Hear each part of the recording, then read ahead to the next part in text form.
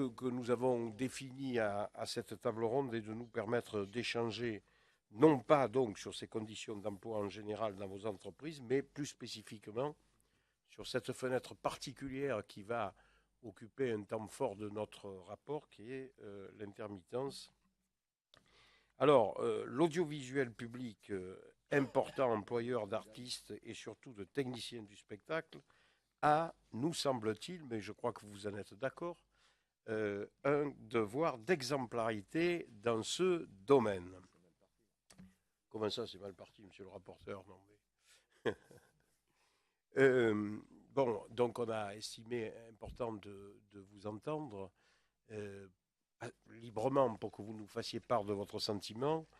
On va vous proposer peut-être de vous exprimer chacune et chacun sur ce sujet qui nous préoccupe. Bon, au terme de quoi le rapporteur Jean-Patrick Gilles interviendra.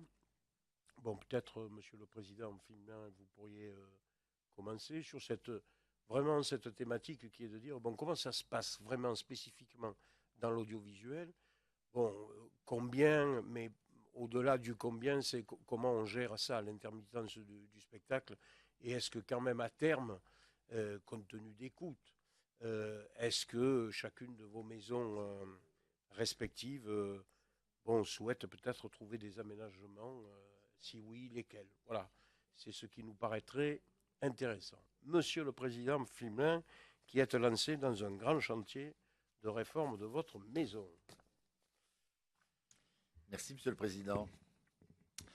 Monsieur le Président, Monsieur le rapporteur, Mesdames, Messieurs les députés, je me propose peut-être de vous faire un propos liminaire que j'ai préparé avec mes équipes pour cadrer un peu la politique de l'emploi de façon générale, étant entendu que, bien entendu, nous répondrons à toutes vos questions et nous vous donnerons les compléments d'information que vous jugeriez nécessaires. Alors, il se trouve qu'aujourd'hui même, à l'heure où nous vous parlons, s'ouvre à France Télévisions une négociation sur l'emploi qui sera déterminante pour l'avenir de l'entreprise et de ses collaborateurs.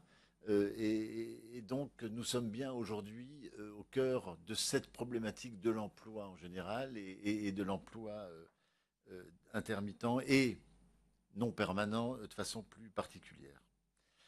Alors, les enjeux sont évidemment importants, ce sont les enjeux du premier groupe audiovisuel français. Je vous rappelle que nous éditons 5 chaînes nationales, 9 chaînes ultramarines de plein exercice et 24 antennes régionales. Et le budget 2013 qui a été voté pour France Télévisions est de 2,8 milliards d'euros. Sur ces 2,8 milliards d'euros, le budget de frais de personnel, c'est 30%. Ces 30%, c'est donc 840 millions d'euros. Et ces 840 millions d'euros permettent de rémunérer 8 576 collaborateurs permanents et 2000, qui sont ces 8 576, c'est 2616 journalistes et 5 960 personnels techniques et administratifs qu'on appelle les PTA. Et nous avons en équivalent temps plein 1926 collaborateurs non permanents. Ce qui fait que le groupe est d'un peu plus de 10 000 personnes entre les permanents et les non permanents. Alors, ces non permanents sont composés de quoi?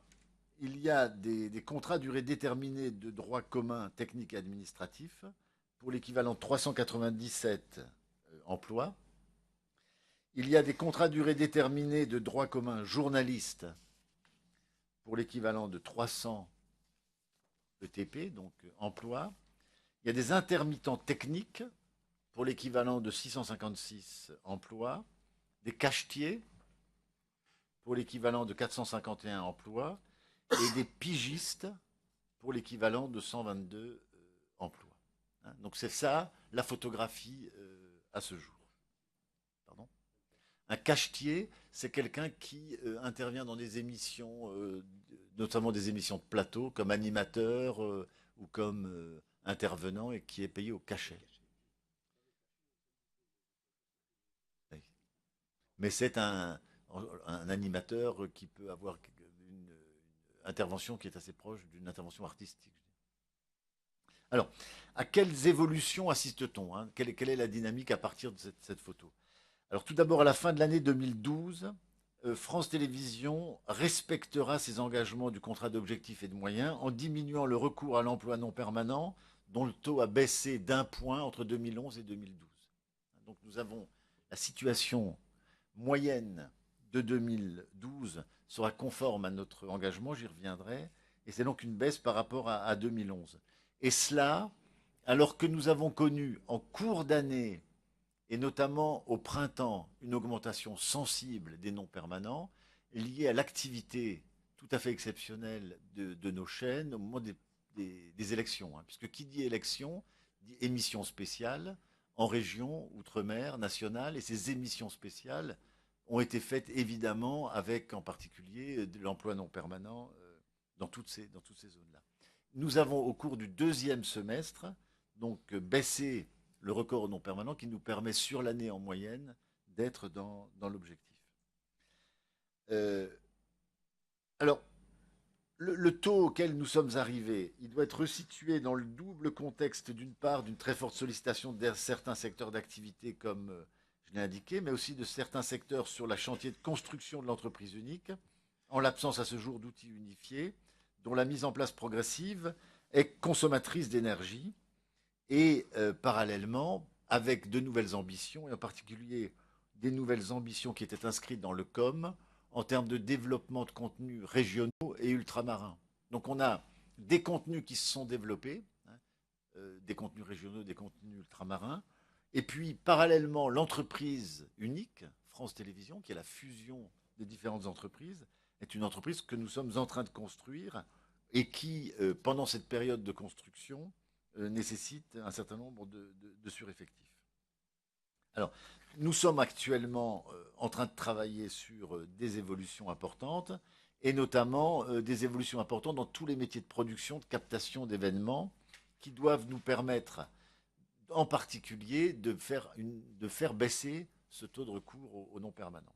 Alors, il faut que vous sachiez de ce point de vue-là que notre filière production, qui emploie beaucoup de non permanents pour les événements, pour un certain nombre d'opérations spéciales qu'elle peut monter, un taux d'emploi non permanent qui est aujourd'hui de 1/3, là où les filières privées concurrentes ont un taux d'emploi non permanent de 2/3. Hein. Qu'est-ce que c'est cette filière? C'est la filière notamment qui, avec la vidéo mobile, peut faire des captations d'événements sportifs, hein, les matchs de football, le Tour de France, le rugby qu'on va avoir ce week-end. C'est aussi une filière qui fait des fictions. C'est aussi une filière qui peut monter des opérations culturelles très importantes, Orange, etc., etc., captation d'opéra, etc. Hein, donc c'est des événements. Pour ces événements, nous avons en moyenne 1/3 d'emploi non permanent qui est de l'emploi qui vient travailler pour ces contrats d'usage. Ce taux de 1/3 d'emploi non permanent dans la filière de production équivaut à 200 collaborateurs non permanents, là où nous avons 400 permanents, hein, donc le tiers dont je vous parlais tout à l'heure. Nous avons mené par ailleurs un travail important concernant les fictions, puisque nous produisons à France Télévisions 32 fictions annuelles dans cette filière de production. Et il est clair que cette filière de production qui fait ces fictions emploie des intermittents pour ces fictions qui sont chacune différente de l'autre et qui ne peuvent donc pas être faites de manière avec des effectifs permanents. Alors, aujourd'hui, nous souhaitons préparer l'avenir dans les meilleures conditions. C'est pourquoi, je vous le disais, nous avons engagé ce matin même une négociation globale sur l'emploi afin de définir une politique durable en la matière. Alors, cette négociation abordera la trajectoire de l'emploi, sa gestion prévisionnelle, ainsi que l'emploi non permanent. C'est donc une grande négociation qui s'ouvre ce matin. Sur ce dernier point seront précisées les conditions de recours, là où l'emploi intermittent est incontestable, donc dans la filière de production, ce que je viens de vous expliquer sur les grands événements notamment, et là où ces modalités peuvent être améliorées dans certains métiers non artistiques, de l'information par exemple, mais tout cela sera bien entendu discuté lors de la négociation. Quel est notre objectif? Notre objectif dans cette négociation est de faire baisser le niveau de l'emploi précaire dans l'entreprise, tout en s'inscrivant dans le cadre général de l'emploi demandé par la tutelle, dans le cadre du contrat d'objectifs et de moyens qui est actuellement en rediscussion. Les enjeux auxquels nous sommes confrontés sont évidemment non seulement une maîtrise de cet emploi non permanent, mais parallèlement une maîtrise de l'emploi en général et une diminution de cet emploi dans le cadre du COM qui est en cours et de l'avenant que nous avons signé, et en particulier parce que nous avons aujourd'hui la capacité à construire et à faire vivre l'entreprise unique depuis les accords récents que nous avons mis en place. Cette entreprise unique, et là je voudrais le rappeler, lorsqu'en 2010 elle a été instaurée sur le papier, c'est-à-dire qu'elle a été instaurée sans préparer la trajectoire, et notamment dans le cadre des accords sociaux, ce qui nous a occasionné au cours des 2 années passées, évidemment, toute une série de difficultés. Unifier 8 sociétés, 5 chaînes, et même 14 quand on parle d'outre-mer, rassemblant plus de 10 000 collaborateurs, c'est évidemment une tâche considérable. Et unifier les statuts de tous ces personnels est une tâche considérable à laquelle nous avons réussi à trouver un terme à cette tâche au cours des dernières semaines, en décidant de manière unilatérale d'ailleurs de mettre fin à une négociation qui durait depuis plusieurs mois. Alors, nous avons aujourd'hui un cadre général qui nous permet d'avancer sur ces questions d'emploi. Nous avons la volonté sur l'emploi non permanent, et on pourra revenir dans le détail, de baisser le recours à l'emploi non permanent. Nous avions un objectif de 18% cette année, nous l'avons atteint, et nous avons un objectif de descente de taux d'emploi non permanent autour de 16% dans les 2-3 ans qui viennent. Parallèlement, nous sommes évidemment très sensibles à ce qui peut se passer dans notre environnement direct, puisque je le rappelle, nous sommes le premier donneur d'ordre dans la filière audiovisuelle, notamment pour les sociétés de production, aussi bien en termes documentaires qu'en termes de fiction, par exemple, et étant le premier financeur et donc le premier donneur d'ordre, tout ce qui impactera les conditions d'exploitation de cette filière touchera évidemment France Télévisions. Voilà globalement, Monsieur le Président, Monsieur le rapporteur, Mesdames, Messieurs les députés, un point général. Nous répondrons aux questions précises que vous nous poserez. Merci, Président. Bien sûr, vous-même, Patrice Papé et Anne Grandénon, pourront répondre tant aux rapporteurs qu'à nos collègues. Avant de passer la parole à Jean-Luc S., le rapporteur, il souhaite vous poser une petite question, peut-être de crainte de la perdre en cours de parcours, mais on va lui laisser, avec l'autorisation de Jean-Luc S., vous poser une question et après on passera à Radio France. Non, j'ai pas peur de la perte, je l'ai noté, c'est juste pour s'ils n'ont pas la réponse, ils ont le temps d'envoyer des SMS pour préciser. Non, alors je vous remercie Monsieur le Président, notamment de nous avoir mouillé en disant que finalement s'il y avait eu un petit peu une surutilisation de l'emploi précaire, c'était à cause des élections. C'est une manière de nous mouiller dans l'affaire. Mais non, plus sérieusement, c'est habile la présentation sincère en termes d'équivalent temps plein, hein, qui donne en gros près de 2000 équivalents temps plein, donc d'intermittents ou de précaires. Mais est-ce que vous avez idée du nombre de personnes physiques que ça concerne? Parce que justement, merci de la précision de vos propos, et en même temps, ça masque un peu une certaine... Donc vous pourrez nous dire, c'est pour ça, là, je vous laisse le temps de chercher l'information. Et après, c'est une manière de la poser aussi à Jean Lucas, la question de savoir si vous le faites, ce recours important, et qui est un peu au cœur de nos interrogations, mais pas seulement, si c'est une nécessité de service, si c'est des questions de flexibilité, ce qui revient un peu au même, ou si c'est aussi des questions de coût. Voilà. Bien, donc le tableau est tracé. Bon, on laisse donc le président Flimelin à ses ouvrages, et puis Jean-Luc S., donc à vous, pour un exposé d'un temps à peu près identique à celui Monsieur le Président de France Télévisions. Alors, Monsieur le Président, Monsieur le rapporteur, Mesdames et Messieurs les députés, je vous remercie. Je vais peut-être faire différent de ce qu'a fait Rémi.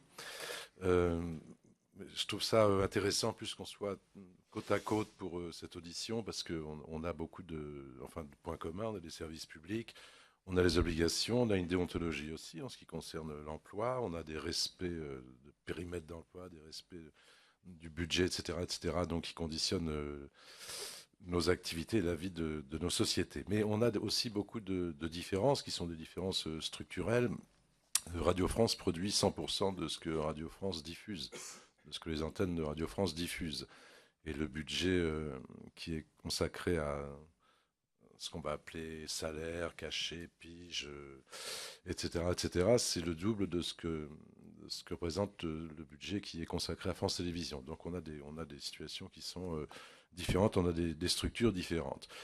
Je ne peux pas calculer en ETP le recours au CDDU, ou au CDD ou au PIGE, je peux le calculer en euros. C'est-à-dire que nos activités, encore une fois, sont différentes aussi. Si on regarde Radio France, il y a des antennes, il y a 49 stations, mais il y a aussi 4 formations musicales. Et si par exemple on imagine que l'Orchestre national va jouer telle œuvre où il faut 4 solistes différents de ce qui est coutumier dans la formation habituelle de l'orchestre, il va falloir avoir recours évidemment à un service de musiciens, donc un cachet artistique en plus. Et ça, nul ne peut passer au travers de cette obligation. Radio France est aussi un employeur de comédiens. Je crois que c'est le plus important de France d'ailleurs, en service de comédiens pour nos antennes, notamment France Culture, France Inter et France Bleu. Donc, ce sont des choses auxquelles on ne peut pas échapper quand on tourne une fiction pour France Culture. Bien évidemment, on ne peut pas s'adresser à du personnel permanent. On a estimé, et pour tout ce qui est chiffres, j'ai la tête magnifiquement bien faite de Catherine Sueur, donc elle pourra vraiment vous donner toute l'information qui convient. On estime qu'environ sur ce budget de fonctionnement qui est consacré aux salaires, aux émoluments, au cachet dans notre maison, 10% sont consacrés à ce personnel qui n'est pas un personnel permanent. À part ça, on est bien conscient que la précarité n'est pas une situation convenable et souhaitable pour la majorité des gens qui travaillent à Radio France. Ça n'est évidemment pas le cas, mais c'est une maison qui a, au fil des années, essayé de modifier et d'améliorer beaucoup les choses. Il y a eu un accord au sein de la maison Radio France, c'était en novembre 2007, à la suite d'un petit conflit d'ailleurs, dont je me souviens très bien. Un accord qui portait sur le personnel, ce qu'on appelle les PARL, le personnel d'antenne des radios locales. Et pas seulement, il y avait aussi les personnels d'antenne de FIP, il y avait un certain nombre de chargés de production, il y avait le personnel enseignant de notre maîtrise, par exemple. Donc tout ça fait environ 500 personnes. Patrice Papet doit se souvenir très bien de tout ça, puisqu'il occupait un poste éminent de DRH à Radio France à l'époque. Et ça représente tout de même l'intégration en CDI dans Radio France d'environ un demi-millier de personnes, ce qui n'est pas rien. Donc il y a eu vraiment une volonté de faire en sorte que quand on pouvait, quand cette société pouvait éliminer au maximum la précarité de certains de ses collaborateurs, elle le faisait. Alors c'est une excellente chose. Après, il y a des conséquences qu'on peut voir au terme de plusieurs années d'exercice. Et par exemple, les personnels d'antenne des radios locales sont CDIsés. Je ne sais pas si ça se dit, c'est pas très joli, mais enfin, donc sont intégrés personnel statutaire de Radio France, ce qui entraîne aussi une difficulté pour bouger ici ou là, ou pour renouveler ici ou là. Enfin, ça ne facilite pas la mobilité, si vous voulez, des personnels sur des grilles de programme. Alors bon, en ce qui concerne France Bleu, c'est peut-être un peu différent, mais vous sentez bien qu'on ne peut pas faire la même chose, par exemple, sur une antenne comme France Inter, ou je vais éviter France Info, parce que c'est une maison de journalistes, mais où une antenne comme France Culture, les choses doivent évoluer, on doit pouvoir faire évoluer les grilles, donc modifier des choses, donc de temps en temps mettre un terme à une collaboration, donc ça fait partie du contrat que connaissent bien et qu'acceptent les collaborateurs de nos chaînes qui ont des grilles de programme qui doivent bouger. Ça, c'est un aspect des choses. Les CDDU, on peut encore progresser, c'est-à-dire que dès l'instant où on va reprendre la négociation de notre contrat collectif qui est un peu en panne pour des raisons d'élections professionnelles à venir, il est évident que c'est aussi un sujet sur lequel on reviendra puisqu'on on peut améliorer les choses sensiblement. Je pense à la prévoyance, par exemple, pour les personnels qui vivent sous ce régime du CDDU. Donc il y a encore beaucoup de choses à faire. Après, on a d'autres personnels qui sont, je ne vais pas dire intermittents, mais qui ne sont pas permanents. Euh, une, on a 700 journalistes à peu près dans la maison. Donc, il y a des gens qui prennent des vacances, c'est bien normal. Il y a des gens qui sont malades, c'est aussi l'histoire de la vie. Il y a des gens qui vont, notamment en cette période de révolution numérique, qui font des stages de formation, etc., etc. On voit bien qu'on est obligé d'avoir recours à des CDD pour remplir nos missions d'information, surtout sur 49 antennes différentes. Donc, c'est une partie sensible de notre personnel qui n'est pas permanent. Encore que Radio France, en ce qui concerne les journalistes, a institué un système qu'on appelle le planning. C'est pas très joli non plus, mais enfin, ça s'appelle comme ça et tout le monde sait de quoi il s'agit. Où on fait entrer chaque année des journalistes en CDD et qui font ce parcours que de temps en temps ils trouvent rude. Enfin, la période est rude aussi. Et où en 2 ans, 3 ans, parfois un peu plus, hélas, mais ils intègrent Radio France chaque année. Cette année, enfin l'année dernière, on a intégré 24 journalistes en CDI, par exemple. Et puis c'est à peu près le rythme annuel. Donc tout ça correspond aussi à du personnel qu'on souhaite stabiliser, on comprend. Mais bon, il y a une marche qui fonctionne dans ce sens-là et que je trouve tout de même assez satisfaisante. J'avais un point encore à vous indiquer en ce qui concerne euh, pas le statut des personnels qui sont non permanents, mais le traitement qu'on en fait dans la maison. C'est-à-dire que les CDDU, les CDD ont droit évidemment à tout ce qui concerne les règles de notre ancien contrat collectif. Ils ont même droit maintenant aux augmentations qui sont liées à la NAO. Donc on essaye de traiter le problème dans les meilleures conditions possibles, tout en sachant, et ce sera ma conclusion, que les activités le type d'activité d'une maison comme Radio France et évidemment d'une maison comme France Télévisions suppose qu'on ait recours le moins possible, mais qu'on ait recours tout de même à un emploi qui n'est pas permanent. Et je pense notamment au service de comédiens et au service de musiciens. Hein. C'est une grosse activité de la maison. Donc, et puis en plus, et ça sera vraiment le mot de la fin en ce qui me concerne, enfin avant de répondre à vos questions, il y a, quand on veut aider une grille, quand on veut aider une station, je pense à mon cher Petit Move en ce moment qui a besoin d'aide. Euh, voilà, je dois recourir à des cachetiers. Si je veux enrichir une antenne, regarder comment cette antenne peut évoluer, j'ai évidemment recours à des cachetiers. Donc, c'est la vie de ce genre d'antenne, mais c'est vrai aussi à France Inter ou c'est vrai à France Culture. Merci, Président. Juste une petite demande d'information. Est-ce que vous avez une idée de la durée moyenne des CDD au sein de Radio France? Patrice Papet, qui a la mémoire, semble pouvoir répondre, mais... Patrice, tu peux m'aider, ça ne va pas me déranger.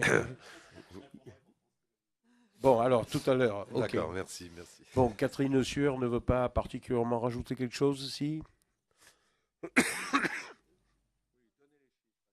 Sur les chiffres de personnes, non, mais qui illustrent bien le propos du président. Essayez de parler juste bien en face de... Pardon, voilà. Excusez-moi.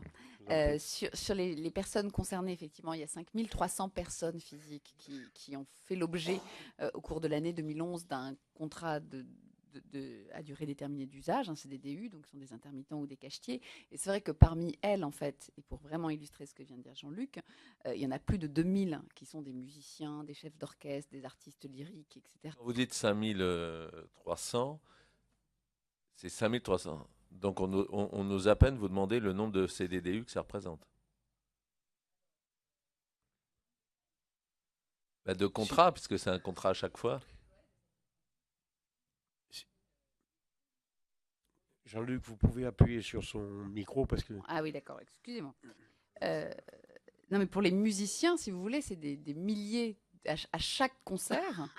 C'est effectivement des musiciens, des chefs, des artistes lyriques qui sont embauchés par Radio France et qui bénéficient effectivement d'un contrat. Donc ça fait énormément de contrats.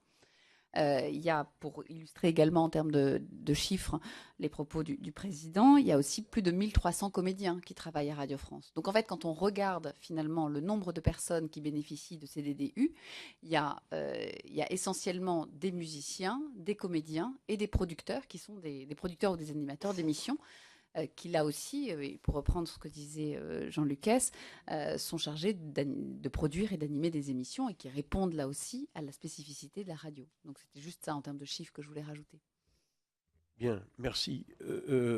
Patrice, vous voulez répondre maintenant Peut-être sur la question qui a été posée sur le nombre de personnes physiques. Donc c'est un peu plus de 7000 personnes physiques. Et la durée moyenne des contrats intermittents, alors CDDU et cachetier confondus, elle est de 3,8 jours, quasiment 4 jours. Donc c'est effectivement une multitude de contrats de courte durée qui explique bien sûr l'écart entre les équivalents temps plein et le nombre de personnes physiques. Merci. Bon, on va essayer Ah, pardon, Catherine Sueur. Juste sur le nombre de jours, c'est exactement le même ratio à Radio France, en fait. C'est des contrats de moins de 4 jours pour les CDDU. D'accord. Merci. Pour terminer le tour de table, si vous en êtes d'accord, je passe la parole à Philippe Sierre, qui, lui, est le délégué général du syndicat des médias de service public. Si, au passage, vous pouvez nous rappeler ce que c'est ce syndicat, ce serait sympa. Et puis après, évoquer votre vision de la question. Merci, Monsieur le Président. Donc, le syndicat des médias de service public est juste un syndicat qui vient d'être créé et qui reprend la suite du syndicat des éditeurs publics de programmes qui regroupait à l'époque les entreprises qui ont fusionné au sein de France Télévisions, Arte France et l'INA. Depuis la création du SMSP, nous ont rejoint Radio France, AEF et TV5 Monde. Donc c'est un syndicat qui maintenant regroupe la quasi-totalité des entreprises publiques de l'audiovisuel. Il n'y a que les 2 chaînes parlementaires qui n'en sont pas membres. L'objectif du syndicat est d'abord un objectif de représentation, puisqu'on représente nos membres au sein d'un certain nombre d'organismes, notamment l'AFDAS, les CPNEF, etc. La problématique de l'emploi est important. Et puis, il y a un rôle de négociation. Le CEP négociait, puisque le CEP a participé à la négociation qui a abouti à l'accord de décembre 2006, et ainsi qu'à tous ces avenants. Et le SMSP sera capable, sous mandat de ses membres, de participer à des négociations.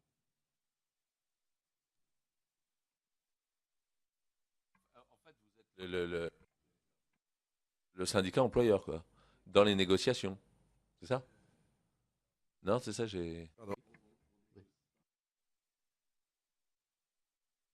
Chaque entreprise, bien sûr, négocie au nom de son entreprise, hein, mais il nous a semblé nécessaire à un certain moment, au moins dans le service public, d'avoir des positions assez communes sur des sujets assez communs, quoi. D'accord. Monsieur Sierre, oui, je vous... C'est le SMSP, enfin le CEP et SMSP, qui négocie les NAO liés aux intermittents chaque année. Voilà. C'est ce que vous vouliez indiquer, Patrice. D'accord. Notamment, oui. Et peut-être si vous me le permettez juste un mot, c'est le CEP représentait en fait l'activité télévision. C'est vrai que depuis la dissolution de la ESPA, l'ancien syndicat des employeurs des services publics, il y avait un manque puisqu'il n'y avait plus de représentation dans différentes instances. Et il nous a semblé souhaitable, à l'heure de la convergence entre le numérique et les autres types de contenus, d'avoir un syndicat commun, radio et télévision du service public, qui, comme l'a dit Philippe Sierre, nous permet aussi d'être représentés dans différentes instances, d'avoir éventuellement, sur mandat express de l'ensemble des sociétés, une capacité de négociation, notamment, comme ça a été dit, sur ce qui concerne l'intermittence et les sujets transversaux. Alors, on va peut-être revenir dans un deuxième temps sur les aspects conventionnels couverture conventionnelle. Je dois avouer qu'on a un peu perdu, mais si j'ai bien compris, c'est en pleine mutation, hein. Mais avant, je voudrais revenir sur les propos liminaires pour essayer de les préciser, même si je vous remercie des informations que vous nous avez apportées. Pour le dire d'un exemple et d'une coïncidence, pour France Télévisions, je suis venu enregistrer une émission hier chez vous. En fait, pas tout à fait chez vous, puisque c'était dans les studios d'un autre producteur, mais qui travaille quand même avec vous. Donc j'en ai profité pour mener l'enquête. Donc j'ai vu, la coiffeuse, elle est auto-entrepreneur, la maquilleuse, elle est en CDDU. Il y a des gens qui sont des boîtes de production, il y a des gens aussi de chez vous. Donc dans les chiffres que vous nous avez donnés, ces personnes-là ne sont pas comptées. Non, non, elles ne sont. Et d'ailleurs, mon point, si vous avez entendu lorsque je vous ai dit ce qui va se passer globalement sur le secteur aura une influence pour nous, puisque nous sommes donneurs d'ordre. Et on est donneurs d'ordre à des maisons qui font des magazines. Je ne sais pas, vous étiez peut-être dans un magazine. Infiltrés, oui. Vous étiez chez un producteur qui produit pour nous un magazine. Il peut y avoir évidemment là, dans la création, quand vous faites une fiction que nous ne produisons pas en interne, ça va être un producteur délégué qui va employer des intermittents, etc., etc. Donc ce que nous vous donnons, ce sont nos fiches de paye à nous et non pas les fiches de paye de nos fournisseurs. Parce que si on prend les deux chiffres, et je vous remercie de votre franchise, hein, c'est 7 000 d'un côté, 5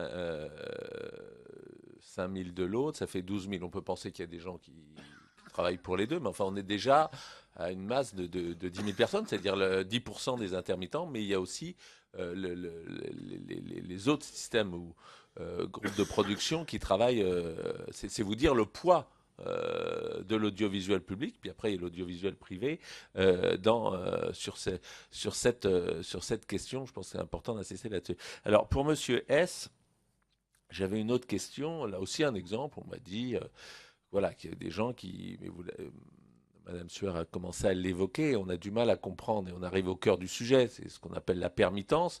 Les gens qui sont chez vous, réalisateurs ou producteurs, je ne sais pas comment on dit, d'émissions de France Culture, donc avec une grande régularité, et pourtant ils sont en CDDU, ce qui explique sûrement votre nombre de CDDU. Alors c'est ça qui interroge.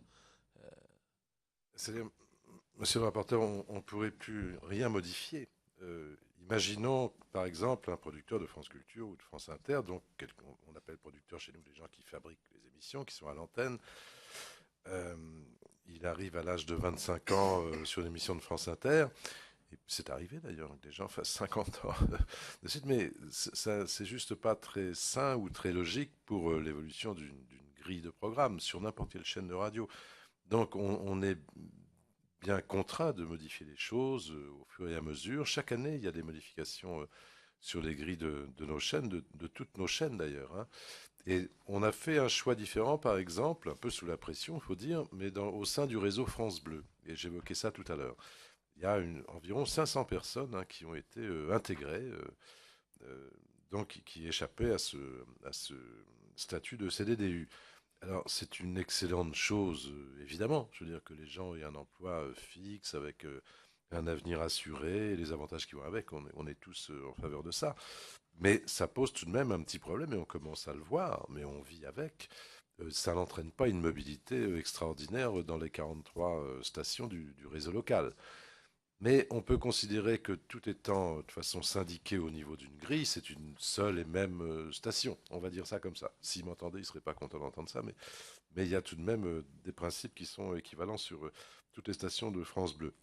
Mais je ne peux pas me dire que, par exemple, France Inter, le titulaire de la tranche de 9 à 10 le matin va assurer cette mission jusqu'à l'âge de sa retraite. Ça n'est juste pas concevable. Ça, ma question. J'ai pris un exemple précis. Vous me parlez de la grille, tout ça, j'entends bien, hein.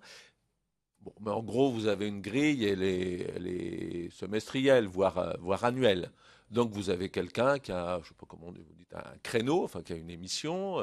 Évidemment, on ne doit pas le rémunérer que la durée de l'émission, mais il y a une préparation, donc c'est soit. Mais Bon, la personne, en gros, elle revient toutes les semaines. Elle a une émission toutes les semaines et peut-être des périodes de vacances. Il y a un tas de choses qui fonctionnent comme ça. Enfin, je veux dire, on est pas mal de personnes qui viennent faire le ménage dans mes bureaux. C'est la même manière. C'est la même, ça fonctionne de la même manière. Et vous savez, et on peut lui faire un contrat en disant, même un CDI ou un CDD en disant que voilà, c'est tant d'heures par semaine. Alors que vous avez recours systématiquement à une forme de CDDI. C'est-à-dire que vous faites un contrat chaque semaine. C'est ça qui ne va pas de soi. Et après, ça génère un mode de fonctionnement où cette personne a une double rémunération. On peut raisonner comme ça. Une rémunération dans le cadre du CDDU par vous et une autre rémunération dans le cadre d'une indemnisation. Donc elle a une indemnisation alors qu'elle a un travail tout à fait régulier chez vous. C'est ça qui pose question. Si je puis me permettre, les métiers auxquels nous faisons recours pour les CDDU, c'est des métiers qui sont prévus par l'accord collectif national dans le secteur de la radiodiffusion. Donc il y a eu un accord, ce dit accord ayant été étendu, qui a listé les métiers particuliers à la radiodiffusion et qui permettait ce type de contrat, prévu d'ailleurs par le droit du travail. Donc, c'est pas, il y a un encadrement conventionnel sur le recours au CDDU, avec une liste très limitative de métiers auxquels on peut faire appel sous cette forme de contrat. Donc, c'est pas une alternative, si vous voulez, c'est quelque chose qui est prévu par la... Compris, donc je ne vous ai pas, pour dire des mots qui fâchent, je ne vous ai pas accusé de fraude. J'interroge vos pratiques, je dis quand vous avez une régularité sur un an, je dis vous avez raison, le système le permet, vos accords conventionnels, mais on peut considérer qu'il y a une forme d'abus. On n'est pas dans la fraude, mais il y a une forme d'abus. On peut considérer que vous pourriez... la question que je pose, c'est pourquoi vous n'avez pas recours à d'autres types de contrats qui seraient plus stables pour la personne. C'est-à-dire, la question que je vais me poser assez vite, c'est j'ai signé un CDI pour un producteur qui va être sur telle ou telle chaîne, faire tel et tel travail. Et puis la grille va changer. Et que fais-je ensuite? C'est-à-dire, je le licencie Comment je... Pour quel motif? Oui. Quel motif? C'est-à-dire, ça veut dire que je gèle totalement les programmes des stations de Radio France. Il n'y a pas de motif qui permette d'interrompre un contrat de cette façon-là, un CDI. Mais on peut y réfléchir, mais on peut réfléchir soit à des contrats de projet définis. Vous pouvez faire maintenant une rupture conventionnelle. Je ne veux pas être désagréable, mais il me semble qu'à des moments, vous avez licencié vous avez fini par licencier des personnes pour d'autres raisons et ça vous a coûté très cher. C'était pour des raisons qui sont celles qu'on évoque en ce moment, aucune autre. Mais ça ne... J'entends votre logique, bien évidemment, mais je vois mal ce que je vais faire de tous ces CDI au fil des saisons radiophoniques. C'est-à-dire que je vois mal, d'autant plus qu'il y a un avantage. Vous pouvez aussi faire un CDD à temps partiel en disant sur un an, j'ai ce type d'émission avec telle personne, etc. Je veux dire aussi qu'il y a un avantage. Il y a un avantage pour les collaborateurs qui signent un contrat de CDDU, c'est-à-dire qu'ils ont une indemnité de fin de collaboration, ils ont les mêmes avantages au fond, voire plus de temps en temps qu'un CDI usuel. Hein. C'est important et surtout c'est une pratique qui est tellement courante, inscrite dans l'histoire de nos métiers que les gens le savent. Je veux dire, ils savent que c'est comme ça. Ah oui, je vous en donne acte. C'est un dispositif, comme on dit maintenant, gagnant-gagnant. Le problème, c'est oui, c'est ce que je disais. Il faut bien comprendre que la personne qui fait ça a une rémunération sûrement tout à fait honnête de votre part, et voilà. Et en même temps, elle bénéficie dans le même mois d'une forme de rémunération sous forme d'indemnisation. C'est ça qu'on appelle les permittents. C'est-à-dire, elle a un travail permanent, récurrent, stabilisé au moins sur la durée de votre grille de programme, et en même temps tous les mois elle touche une indemnisation. Moi mon problème c'est pas par rapport, la question que je pose, ce n'est pas par rapport à la personne que vous embauchez, c'est le poids que ça a sur le système. C'est que vous avez quelqu'un qui vient régulièrement travailler chez vous et qui, pour moitié, est financé par le système d'indemnisation. Mais je sais pas qui c'est qui m'a coupé, mais bien sûr que ça marche comme ça. C'est moi qui, pardon, hein. Mais pardonnez-moi, mais j'ai peur qu'il y ait un malentendu là-dessus en ce qui concerne les pratiques à Radio France. En tout cas, un producteur qui est sur une de nos grilles, il est payé chaque mois. Il n'a pas une indemnisation à côté, enfin, de l'UNEDIC. Je veux être sûr qu'on était bien d'accord là-dessus.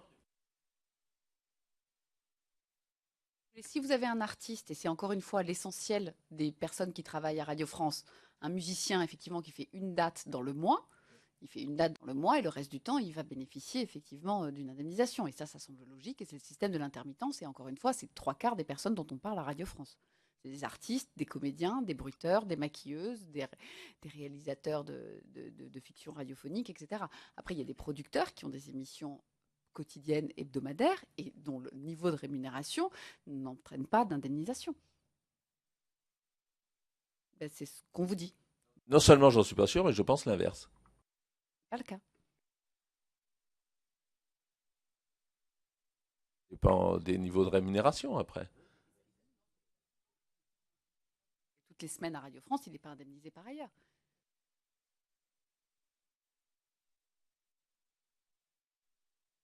Ben, je pense que non, je pense qu'il faut qu'on creuse ce sujet-là, mais non. Enfin, je pense que ça dépend de sa situation un peu antérieure, mais s'il a ouvert des droits, il peut très bien, je pense qu'il peut tout à fait être indemnisé, tout en bénéficiant d'un revenu complètement correct. C'est bien ça le problème qui est posé. En tout cas, faudrait qu'on le creuse. Enfin, Ce n'est pas le cas à Radio France.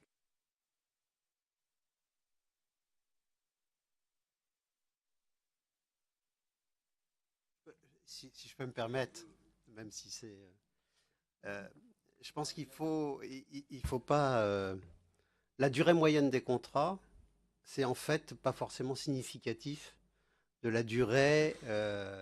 il y a un écart extrêmement fort entre une série de contrats très courts, qui sont pour des remplacements extrêmement ponctuels, ça peut être à la limite un contrat dans l'année, et puis des producteurs qui, eux, travaillent toute l'année et qui sont rémunérés tous les mois et qui, de mon point de vue, comme c'était indiqué, n'ont pas recours aux indemnisations liées au régime de l'intermittence. Donc il faut bien avoir en tête qu'on a des cas de figure extrêmement différents et que les gens qui réalisent des émissions régulières toute l'année, ils seront rémunérés mensuellement. Je le dis de mémoire. Si je peux me permettre, sur la question de l'intermittence, alors c'est vrai que pour France Télévisions, nous avons beaucoup recours, mais c'est le métier qui fait ça, des sociétés de production auxquelles on achète des émissions.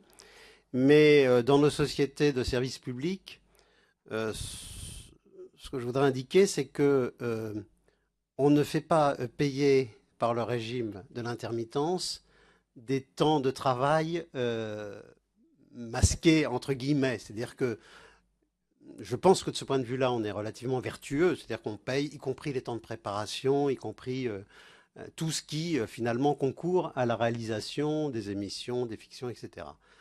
Sans vouloir jeter la pierre à personne, c'est vrai que ce n'est pas forcément la règle, plus généralement, dans les sociétés de production.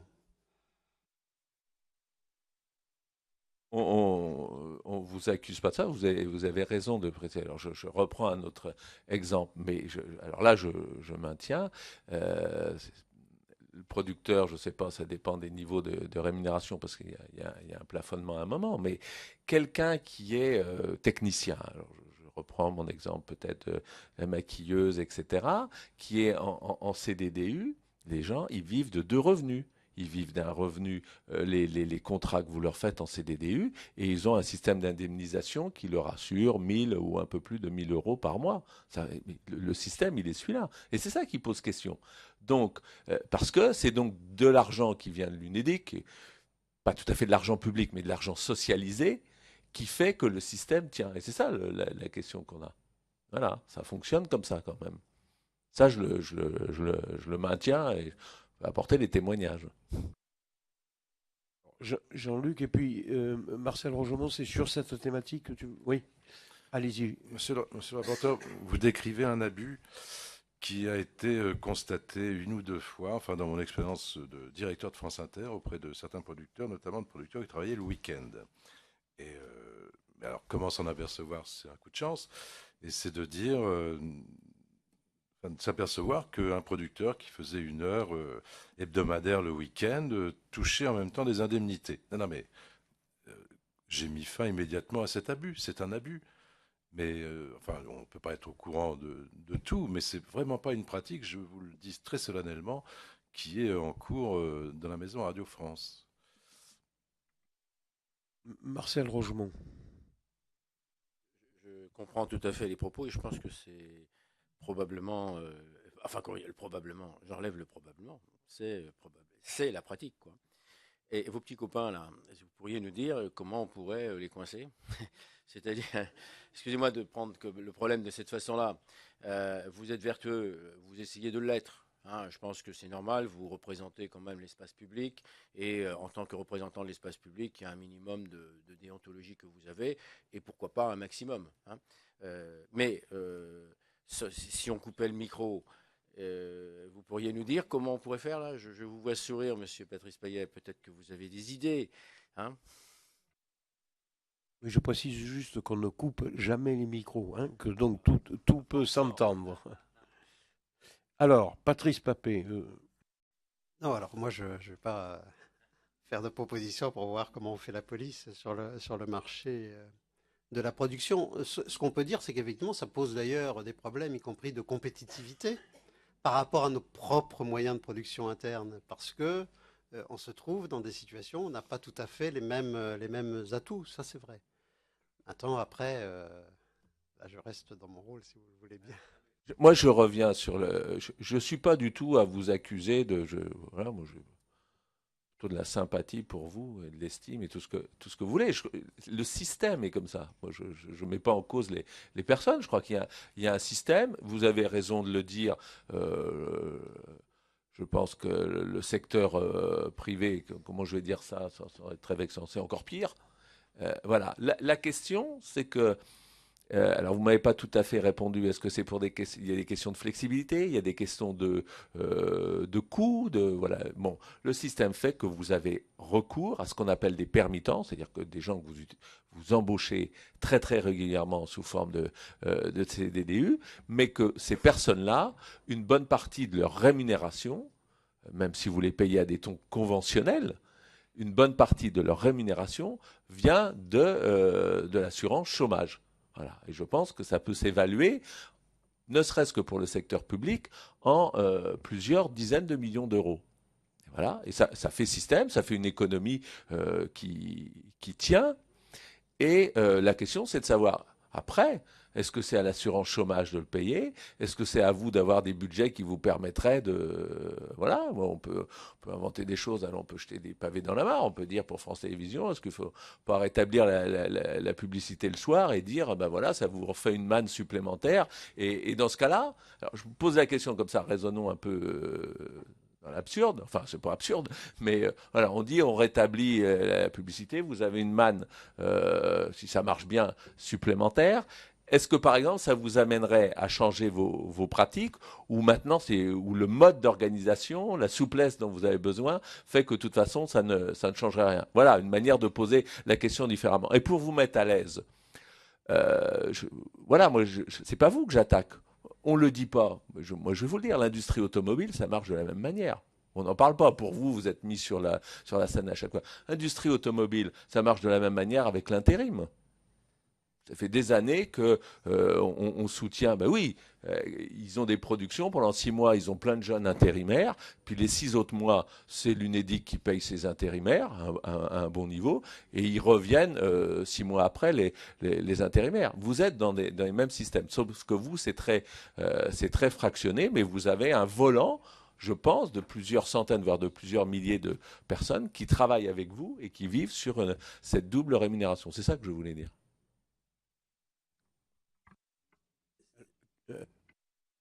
Patrice Papet, peut-être, et puis si Jean-Luc Hess veut répondre. Non, c'est parce que je ne veux pas continuer à constater un désaccord avec vous, monsieur le rapporteur. Je connais bien ma maison, je sais comment ça marche. Je crois qu'il faut regarder tout ce que cette maison ne peut pas fournir en termes de compétences. C'est des musiciens et des comédiens.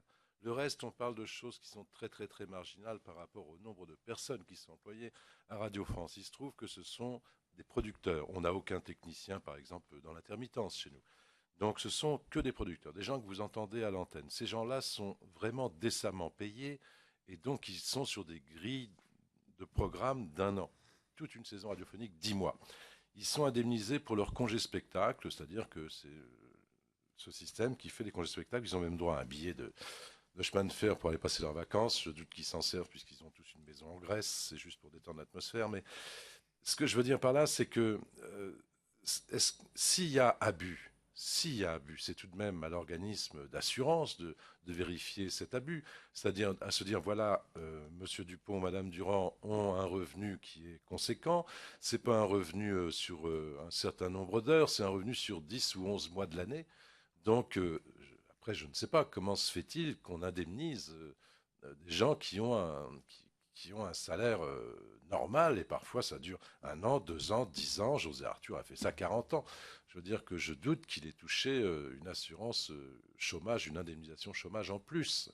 Donc je vais vérifier les choses chez moi. Donc, en plus, ça sera rapidement fait, puisqu'on doit parler d'environ 150 ou 200 personnes sur l'ensemble de nos grilles, puisque tout ce qui est les gens qui sont sur les radios locales sont en CDI. Donc la question ne se pose pas, ça ne peut se poser.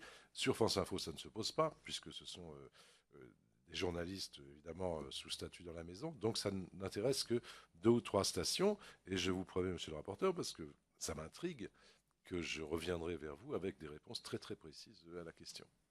Pardonnez-moi de prendre le sujet à cœur, mais... Sûrement mieux que moi, et puis c'est pas la même chose, mais j'ai l'impression que M. Papet quand même suivait ce que je disais. Et encore une fois, je dis, je ne parle pas de fraude.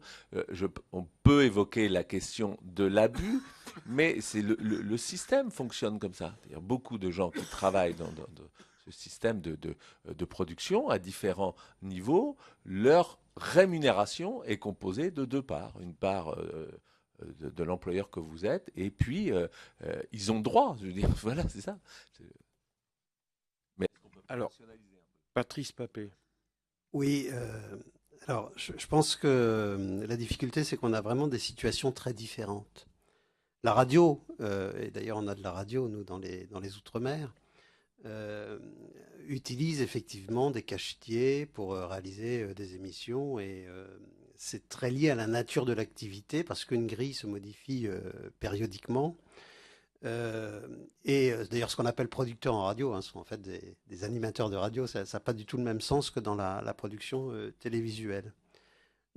On a par ailleurs des personnels qui travaillent dans la filière production et par exemple, qui travaillent sur des fictions, sur des magazines, et par définition, ils ont une activité qui est relativement aléatoire. Et c'est d'ailleurs pour ça, je crois, que le régime de l'intermittence a été fait, parce que c'est une activité proche d'une activité de création, proche d'une activité artistique. Et puis on a d'autres métiers que n'a pas la radio, qui sont des métiers d'intermittence technique. Il faut préciser que dans la radio, on n'a pas d'intermittent technique. Et c'est probablement effectivement là qu'il faut qu'on se pose la question. Alors, ce n'est pas un problème de métier, parce que vous pouvez avoir les mêmes métiers qui sont exercés dans une activité du type fiction, par exemple, post-production de fiction, des monteurs, et puis vous avez des métiers sur lesquels on est plus proche d'une activité d'information, donc d'une activité plus permanente.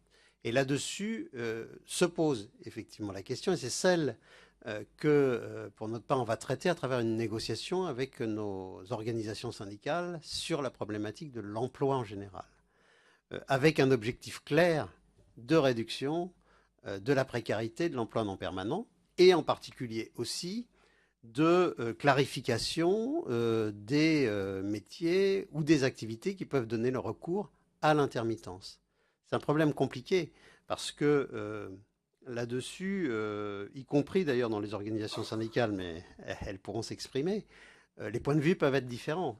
D'un côté, l'intermittence est un régime qui peut être souhaité par les personnes concernées, parce que, comme vous le dites, ça présente certaines garanties de revenus au-delà de l'activité exercée directement avec l'entreprise. Et d'un autre côté, évidemment, tout le monde souhaite réduire le plus possible la précarité dans les entreprises, de manière compatible avec leur activité. Donc c'est un sujet complexe sur lequel je crois qu'il y a unanimité nulle part. Hein. Alors, le travail qu'on va faire, c'est pour ça qu'on a, pour notre part, proposer cette grande négociation sur l'emploi, c'est de voir comment on peut réduire globalement le taux de recours à l'emploi non permanent. Notre contrat d'objectif prévoyait déjà une réduction qui représente près de 400 équivalents physiques en moins sur la durée 2012-2015. Et avenant à ce contrat d'objectifs et de moyens qui est en cours de discussion. Donc déjà un objectif relativement ambitieux. Ça veut dire voir comment on peut... ça ne veut pas dire mettre fin à des contrats, parce que de fait, une partie des personnes concernées ont acquis des droits. Il ne s'agit pas non plus de se dire on va régler notre problème de réduction du volume d'emploi en mettant fin à tous les contrats non permanents. Non, ça c'est quelque chose d'un peu plus compliqué. Et si on était amené, ce qui n'est pas exclu, à avoir un plan de départ, il faut au niveau de l'entreprise, il faut qu'on réfléchisse à comment faire pour qu'à cette occasion, on arrive à régulariser un certain nombre de situations de non permanents, y compris en les intégrant. Et la deuxième chose, le deuxième objectif dans cette négociation emploi, c'est précisément de clarifier, d'essayer de tendre vers cette exemplarité qu'on ne peut que souhaiter de l'audiovisuel public dans le recours aux emplois qui ressortent du régime de l'intermittence. Et c'est ça l'objectif de la négociation qu'on engage au niveau de l'entreprise. Vous n'avez pas à mon histoire de c'est le coût, c'est la flexibilité, parce que j'entends bien ce que dit monsieur S, mais si vous avez quelqu'un qui, comme vous dites, pour avoir la souplesse de votre programmation, etc. Enfin, si vous avez quelqu'un qui depuis plusieurs années fait la même émission, qu'à un moment vous arrêtez les CDDU, je veux dire, s'il veut vous attaquer, enfin vous devez savoir, son contrat est ipso facto requalifié, donc l'argument vaut moyennement. Je comprends, mais il vaut moyennement. Mais alors, bon, si on vous retrouve 300 millions de recettes, du coup, vous changez votre politique, ou finalement, et je suis sincère quand je dis ça, votre mode de production fait que vous pouvez améliorer, mais il y a quand même, on ne peut pas changer le système comme ça. Si vous voulez, là-dessus, deux choses. Nous, la très très grande majorité, la quasi-totalité de nos émissions sont produites à l'extérieur. Hein. Étant produites à l'extérieur, on les paye à un coût. Ce coût est lié évidemment aussi au coût de personnel de nos fournisseurs. On fait des audits systématiques, enfin on est aujourd'hui assez proche de connaître de près leur compte d'exploitation. Il est clair que si ça changeait et que leur coût augmentait de ce fait-là, nos coûts augmenteraient aussi. Donc pour répondre à votre question sur la première phase, si jamais ce régime venait à disparaître ou à changer de façon importante, non, ou à évoluer de façon importante, et il pourrait y avoir renchérissement de ce que nous achetons, et donc nécessité de trouver des recettes complémentaires, comme vous l'avez évoqué, ou alors d'en faire moins. Concernant l'interne, ce qu'évoquait Patrice Papet tout à l'heure fort justement, est aussi très très lié aux négociations que nous pouvons avoir parallèlement, et sur le temps de travail, et sur la flexibilité. Autrement dit, sur la capacité à avoir dans l'organisation de nos équipes, et je pense en particulier à l'information, probablement des façons de faire qui nous permettent de mieux nous adapter aux besoins du moment. Parce qu'en réalité, on voit bien qu'en fonction des congés, des récupérations, enfin de tout ce qui existe, et des demandes de l'information à un moment donné, il peut y avoir des demandes qui sont très difficiles à remplir si on n'a pas ces volants de flexibilité-là qu'on évoquait tout à l'heure. Donc c'est lié à des moyens financiers, mais c'est aussi lié à des négociations par ailleurs que nous devons mener dans l'entreprise, et sur le temps de travail, et sur la multicompétence, et sur la flexibilité. Bon, alors, il faut peut-être que je dise, même si on est dans l'investigation, bon, l'hypothèse quand même n'est pas de détruire ce dispositif-là, je vous rassure. Le sujet, pour être plus franc et peut-être moins agréable, j'en suis désolé, c'est que dans l'analyse de tout le monde, c'est un système compliqué, les analyses convergent pas toutes, mais elles convergent toutes pour dire que l'audiovisuel, public et privé, pèse beaucoup sur le dispositif, hein, contribue fortement à semblerait contribuer fortement à son déséquilibre. Donc, est-ce qu'il n'y a pas des marges à trouver? Je voudrais qu'on aborde l'autre partie qui n'est pas la... Est-ce qu'on peut réagir sur ce point? Oui, alors l'audiovisuel dans son ensemble, effectivement, contribue peut-être au déséquilibre du régime. Dans sa contribution, qui est très difficile à mesurer, il faut le reconnaître, mais dans sa contribution, je ne suis pas sûr que l'audiovisuel public pèse beaucoup sur le déficit, et même peut-être l'inverse, mais honnêtement, on ne sait pas le démontrer. Il y a juste une... J'étais surpris que vous ne m'ayez pas sorti cet argument, donc je voulais vous donner une dernière chance. Enfin... Donc on l'a saisi avec plaisir. Il y a une piste qui est évoquée, qui est intéressante à creuser en tout cas, et elle l'a été notamment par, je sais, notre responsable de notre mission de contrôle économique. C'est l'idée d'un groupement d'employeurs. Ce qui est vrai, c'est qu'une partie de nos intermittents travaillent pour plusieurs entreprises. Peut-être qu'on peut, en creusant cette piste, qui est une piste qu'on avait creusée d'ailleurs avec nos collègues du privé il y a quelques années, peut-être y a-t-il quelque chose à regarder de plus près pour sécuriser aussi à la fois le parcours des intermittents, mais en même temps réduire le poids sur le régime. Encore une fois, c'est juste une piste pour l'instant, mais ça mérite d'être un peu creusé. Je veux passer à un second volet. Oui, tu as senti que ça allait me relancer sinon. Oui, alors le volet, enfin, c'est la poursuite, vous l'avez un peu évoqué, c'est la couverture conventionnelle. Donc là, il faudrait nous faire un petit rapide historique, là où vous en êtes. Il n'y avait plus de convention, vous en négociez une, elle est commune à qui? Bon, mais c'est plus simple que le cinéma, non? Non, allez-y. Alors, Patrice Papet et puis Catherine Scheuer, peut-être. C'est ça, dans l'ordre? Allons-y, Patrice. Alors, sur le régime conventionnel, hein, on parle bien de l'intermittence parce que les CDD, enfin l'emploi non permanent, il a les CDD dits de droit courant.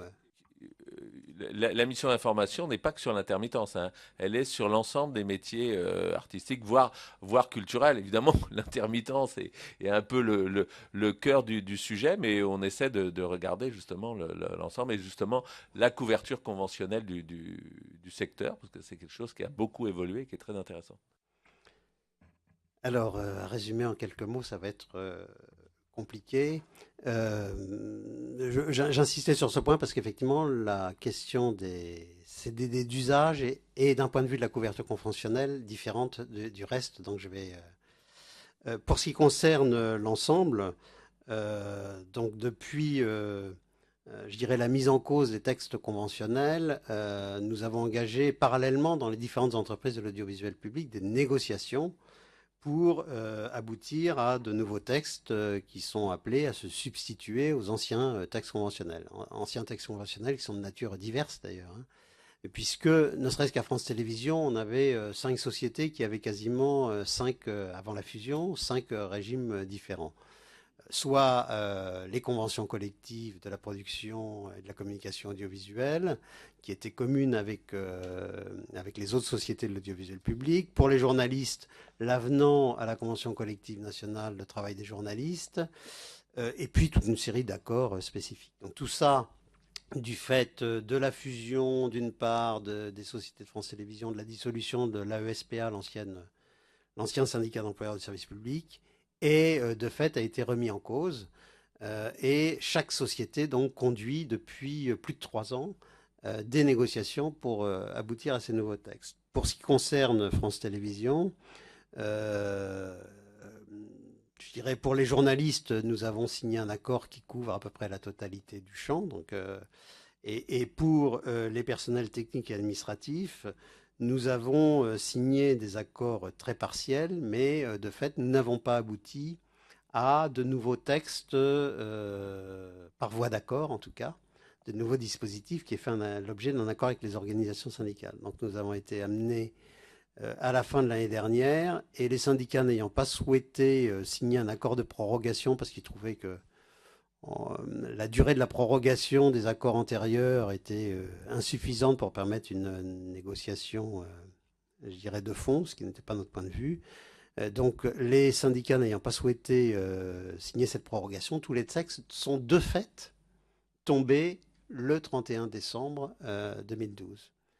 Alors, est-ce à dire qu'il n'y a plus de cadre conventionnel? Non.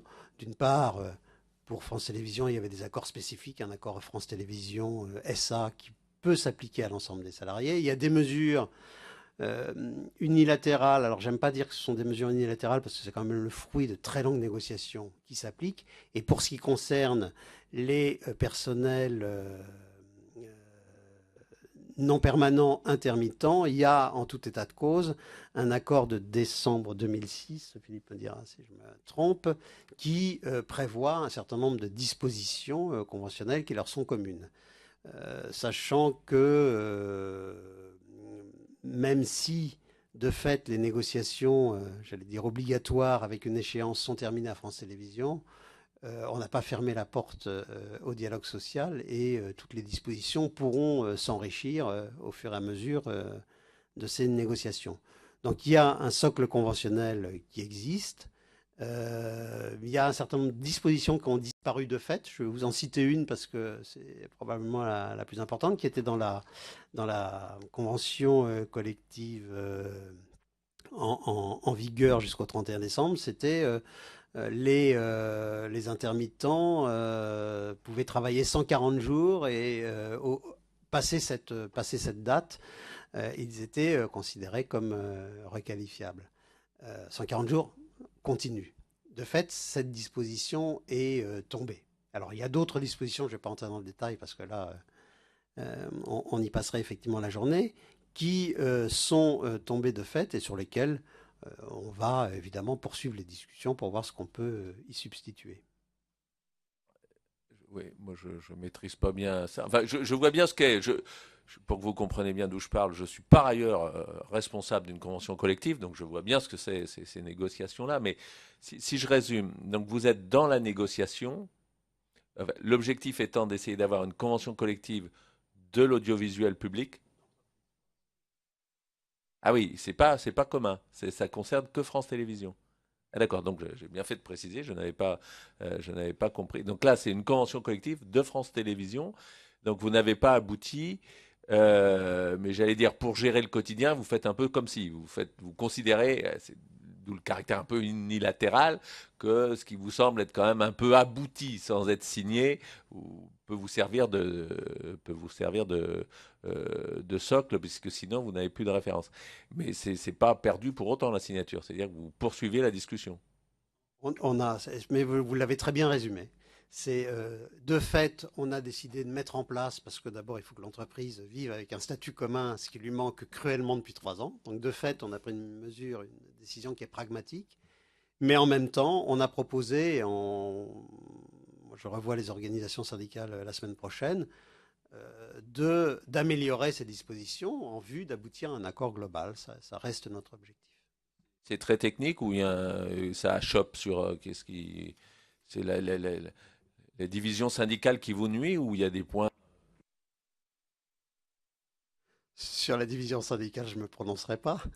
Mais oui, il y a quelques points de blocage qui sont, je pense, qu'on parviendra à un moment donné à surmonter, mais il y a quelques points de blocage. Et donc, sur Radio France, vous avez passé, vous êtes. Radio France, la situation est un tout petit peu différente, même si elle s'y apparente. Suite à la mise en cause des textes, il y a 2 négociations qui ont été engagées, l'une sur les journalistes, l'autre sur les personnels techniques et administratifs. Sur les journalistes, on a signé un accord avec 2 organisations syndicales, le SNJ et FO. Mais cet accord a été dénoncé par les autres organisations syndicales. Donc, on est un peu dans la situation que vous résumiez, c'est-à-dire qu'on a été contraint à prendre des mesures unilatérales. Cela étant, on n'est pas revenu sur un certain nombre de dispositions de l'accord, et du coup, on fait un peu comme si sur les journalistes. En revanche, Vous attendez l'application des règles sur la représentativité que nous avons votées?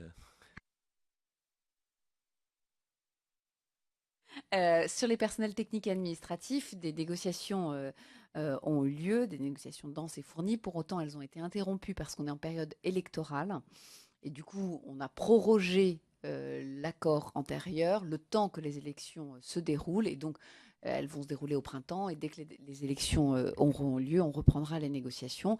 Après, comme à France Télévisions, il y a un certain point difficile sur les évolutions que nous proposons, notamment sur les automatismes, sur les commissions paritaires, qui sont des commissions où les situations individuelles étaient vues conjointement par la direction de l'entreprise et les organisations syndicales, qui sont des points un peu difficiles qu'il faudra surmonter. Alors, pour les deux, donc là j'ai bien compris, mais vous avez aussi, vous l'avez rappelé, une autre fonction qui est d'être employeur d'artistes, musiciens, comédiens. Donc là, ça marche comment? Vous avez une licence d'organisateur de, comment on dit? De spectacle et là ce sont les conventions. Comment vous faites? Ce sont les conventions des artistes de la branche du spectacle où vous pensez imposer vos conventions. Comment ça marche vous voyez ce que je veux dire? Alors après, vous avez évidemment les ensembles permanents, là, Jean-Luc Hess l'a rappelé, mais donc vous êtes amené, et ça je comprends parfaitement, à avoir souvent recours là, à des CDDU du spectacle vivant. Donc là, c'est la convention du spectacle, la convention collective du spectacle vivant qui s'applique? Les deux, c'est-à-dire on respecte les conventions qui concernent les catégories concernées, bien sûr, et puis il y a des annexes à notre convention collective en ce qui concerne, par exemple, nos formations musicales. Donc c'est une annexe à la convention collective qui intéresse Radio France. Ça devient technique, cette affaire. Vous avez une convention collective qui doit concerner l'orchestre de Radio France. Mais quand vous embauchez, comme vous le disiez, tout d'un coup, vous faites Berlioz et tout d'un coup, il en faut beaucoup plus. Là, vous êtes sur quelle convention? On est sur le droit commun de la Convention des artistes. Il y a un accord spécifique quand même. Il y a un accord spécifique qui est l'accord de 2007. Enfin, il y a un accord 2006 sur l'audiovisuel public, un accord spécifique qui a été étendu encore une fois en 2007 et qui concerne Radio France avec une annexe technique qui donc répertorie tous les métiers auxquels on peut faire appel en CDDU. Et donc, il y a artistes bruiteurs, artistes de variété, artistes lyriques, musiciens, etc. Donc, il y a un cadre conventionnel spécifique pour les CDDU. Enfin, un accord collectif national.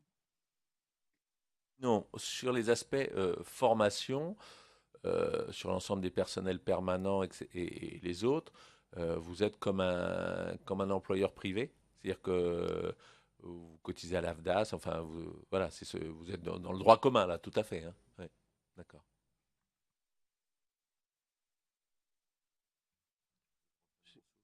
Non mais attention, tu n'es pas tenu à un résultat particulier, donc tu souhaites réfléchir. Bon. Et moi soigner mon rhume, donc il y a une complémentarité.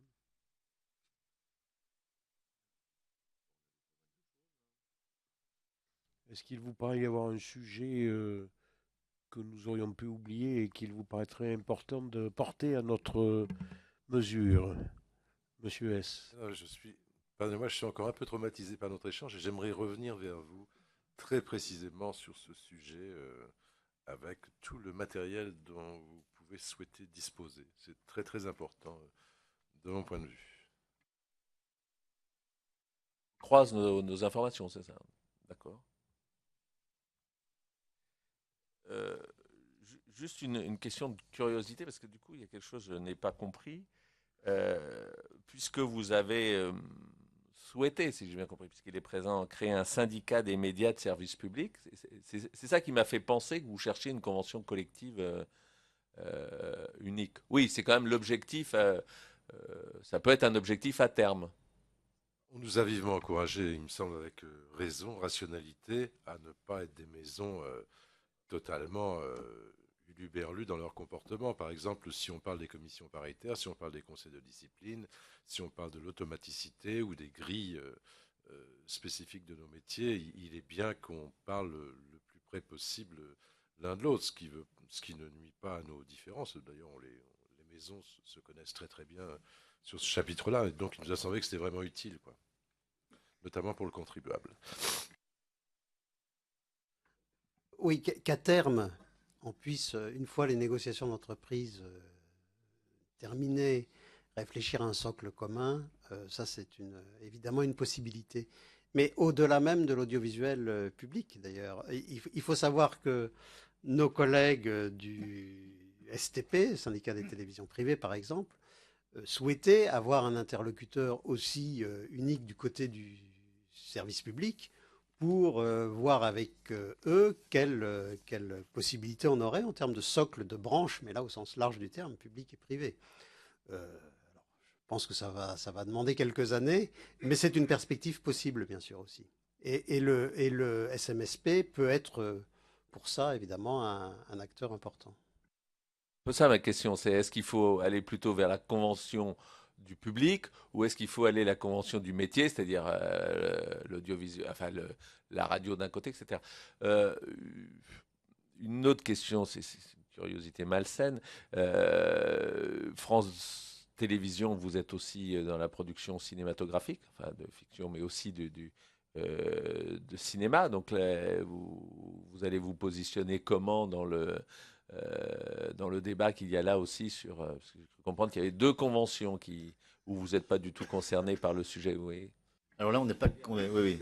Là, on n'est pas concerné du tout. Nos filiales cinéma sont investisseurs dans le cinéma. Nous investissons de deux manières avec ce qu'on appelle des parts coproducteurs et des parts antennes. C'est-à-dire que quand on intervient sur un film, on a une partie du financement qui est de l'achat de diffusion et l'autre partie qui est de la part. Voilà. Et de l'autre partie qui est la part copro, mais on n'intervient pas du tout dans la gestion, je dirais, des métiers et donc dans les conventions collectives. Nous ne sommes pas signataires de ces conventions collectives. Tu es suffisamment éclairé? Eh bien, écoutez. Non, mais ça va là. C'est bien. Bon, merci, messieurs les présidents, mesdames, messieurs, pour cet éclairage. Une dernière question, vraiment j'aurais fait toutes les questions embêtantes. Est-ce vous êtes quand même objet de recours de contentieux sur ces sujets-là importants oui, donc... En ce qui concerne Radio France. En ce qui concerne Radio France, c'est une vingtaine de contentieux par an. Ça diminue d'ailleurs. Ça diminue sur les 4 dernières années que j'ai vues. Mais d'ailleurs, ça entraîne une réflexion de temps en temps de mon point de vue. C'est vive le CDI. Parce que je réfléchis à l'échange qu'on avait tout à l'heure. Effectivement, on accompagne toujours le départ d'un collaborateur. Il y a toujours... c'est normal, plus il est resté dans l'entreprise, voilà, on accompagne le départ. Et au fond, le CDI, on connaît, enfin c'est plus normé. Donc ça serait peut-être plus simple de temps en temps de se séparer d'un collaborateur, s'il le faut, puis de le licencier. J'ai pensé à un cas récent et célèbre. Les contentieux, enfin on n'a pas très... Mais en gros, ils sont de l'ordre de demandes de requalification, c'est ça? Ouais. Nous, on en a eu... à peu près 200 l'an passé.